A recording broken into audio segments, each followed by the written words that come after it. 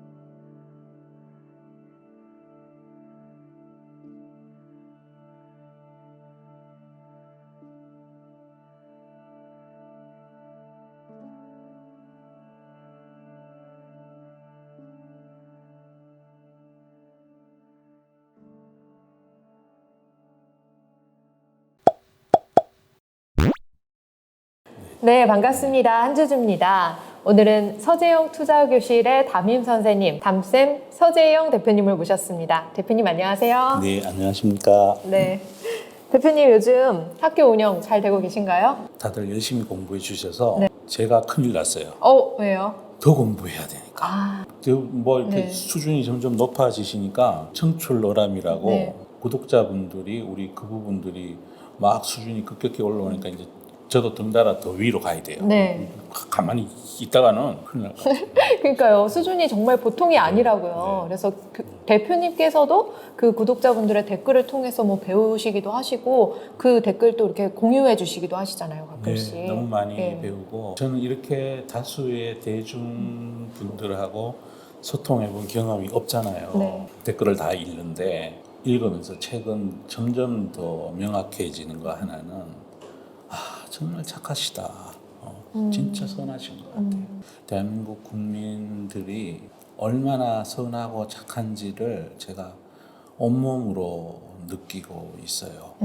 아니 제가 보니까 다들 이런 추억들을 많이 갖고 계신 분들이라서 저 같으면 막 화가 나가지고 막 증권사 옮겨버리고 싶고 해당 레포트 쓴 막 애널리스트 멱살잡이라도 하고 싶은데 전혀 안 그러세요. 전혀 안 그러시고 너무너무 도닦으신 분들처럼 그래요. 자신이 공부가 부족해서 예, 그렇다고 예. 스스로를 탓하시더라고요. 네, 제가 정말 더 열심히 해서 편안하게 누릴 수 있도록 제가 더 열심히 해야 되겠다. 이제 그런 생각을 많이 하고 이제 다만 이게 이제 유튜브니까 네. 이 유튜브는 사실은 종목 얘기를 이렇게 대놓고 하기가 네. 되게 어려워요. 맞아요. 구조적으로. 항상 오늘도 이렇게 제가 여기 오면서 들으면서 왔는데 그 특정 종목명이 이 시가총액이 너무 작은 기업의 경우 언급하시는 거를 딱 피하시더라고요. 네, 이게 뭐 그 불순한 의도를 가진 분들도 이 시장에 뭐 리딩방 이런 거 하시는 분들이 많잖아요. 근데 그분들은 시가총액 작은 것만 거의 추천을 해요.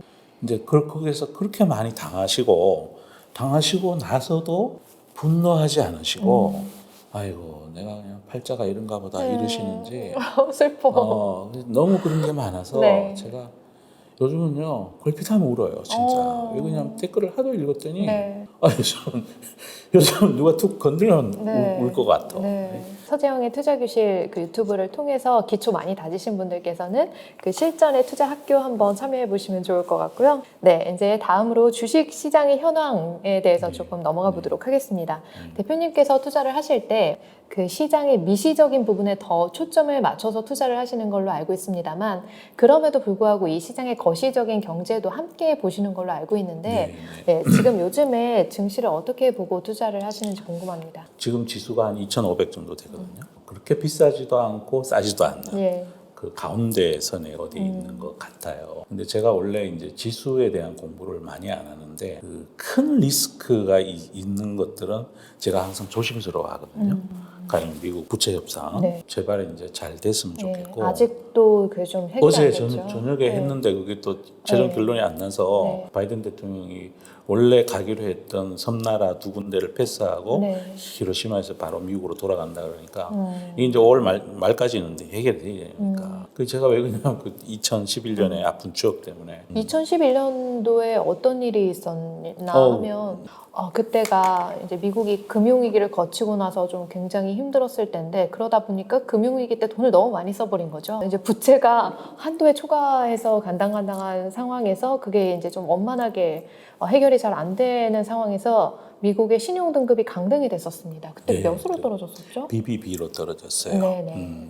그래서 네. 세계 3대 큰 신용평가 기관이 있잖아요. 무디스, S&P, 피치. 그 중에 한 군데서 네. S&P가 BBB로 떨어뜨려 버렸어요. 근데 또 그때 하필 그 남유럽 재정 위기 이런 네. 것도 함께 있던 시절이었어요. 그러다 보니까 갑자기 막 진짜 5영업일 동안 지수가 450포인트가 내려버려요. 잠깐만 몇에서 몇으로 떨어진 걸까요? 한 1000포인트에서 2100 정도 있다가 2100 정도 있다가 1700대로 떨어져 버리니까 와, 전 진짜 그때 네. 그 트라우마가 아직도 있어요. 그 당시에 투자 자문사 네, 운영하고 네. 계셨죠. 근데 그때 고객 재산을 지킬 도리가 없어요. 그래서 그때 마음속으로 제가 아이고 이거 진짜 힘든 일이다. 대부분은 이제 그러면 아이고 시장이 그러니까 하고 넘어가야 되는데 제가 성전이 좀 여리잖아요. 아유, 얼마나 아팠는지 몰라요. 그래서 내가 이걸 진짜 나같이 성정이 여리고 뻔뻔하지 않은 놈이 이 일 많이 하면 내가 내 명예 못 죽겠다 싶은 생각이 들더라고 정말. 그래서 네. 요즘 들어서 제가 이제 시향 관련해서도 또 유수 배달하면서도 밑에 이제 말이 틀려요. 예전 같으면 뭐 성공 투자하세요, 대박 나세요 이런데 제가 최근 들어서는 현명한 투자하세요라고 매일 유수 말미에 네. 적어드리거든요. 네. 그 얘기는 그러면서 매일 그 부채 협상 관련된 뉴스를 링크해서 올려드려요. 그러니까 조금 이게 돈을 케어 당하지 말라는 말씀도 드리고 예. 이제 돈은 벌 때가 있고 지킬 때가 있으니까 그래서 투자에 있어서 제일 1원칙은 안 잃는 거니까 네. 어쨌든 요 짧은 기간에 다 지나가겠지만 만에 하나라도 돈을 좀 조절을 많이 하고 있는 중이고 예. 요즘 같은 때 무리하게 투자를 하면은 좀 리스크 관리가 힘들어질 수 그렇죠. 있겠네요. 그러니까 나중에 설령 비싸게 사는 한이 있더라도 그렇다고 해서 부채 예산이 됐다 해서 어느 날 코스피가 100포인트 오르지 않을 거거든요.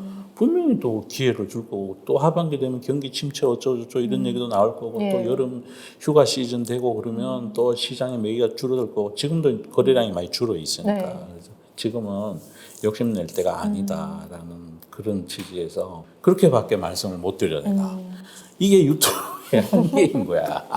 한계인. 네. 오만 사람이 다 쳐다보고 우리 또 혹시나 그게 내가 사람들에게 잘못된 걸로 비춰져서 이게 또 뭐가 잘못되고 그러면 내가 또 그거를 그 죄를 어떻게 다 갚습니까? 그거를 이제 대표님께서는 거의 엄청난 책임감을 가지고 말씀을 하신다는 생각이 들어요.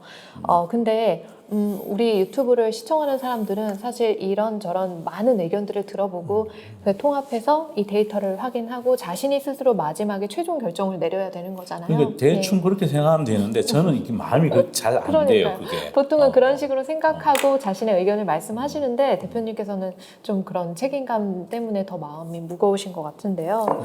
근데 지금 요즘에 보면요. 네. 2차 전지 대장주들이 너무 많이 이렇게 조정을 받고 있어요.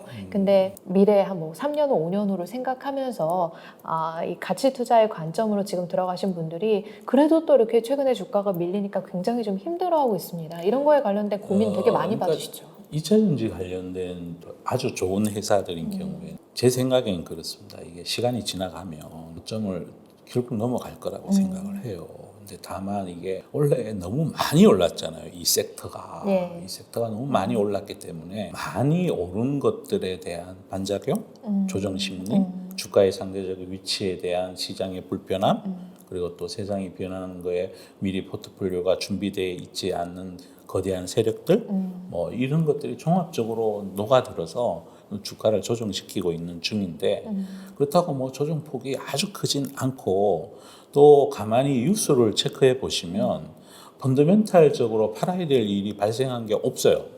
없어요. 펀더멘탈은 점점 강해지고 있어. 없어요. 점점 이제 막 올 연말 정도 되면 수주가 얼마나 그러고 이게 뭐 다 이렇게 기업 이익이 늘어나는 뉴스밖에 거의 앞으로도 저는 굉장히 오랜 기간 동안 그 이 2차 전지 산업은 반도체 산업을 뛰어넘으면서 대한민국의 먹거리가 될 거라는 거에 이 뷰를 바꿀 만한 어떤 펀더멘탈 체인지도 최근에 모든 걸 봤는데 없어요. 네. 다만 가격이 많이 오른 거니까 가격이 주가가 많이 올랐고 상대 평가 그러니까 코스피 지수는 뭐 10% 올랐는데 우리 2차 전지 어떤 거는 뭐 100% 오르고 200% 오르고 그러잖아요.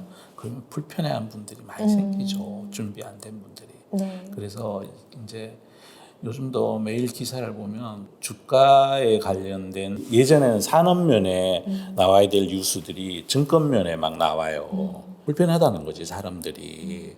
그래서 이게 증권면에 2차 전지 관련 기업들의 이름이 덜 나와야 돼. 안 나올 정도가 되고 조금 잊혀져야 됩니다. 잊혀지고 나면 그때부터 또 가열차게 네. 오를 거예요.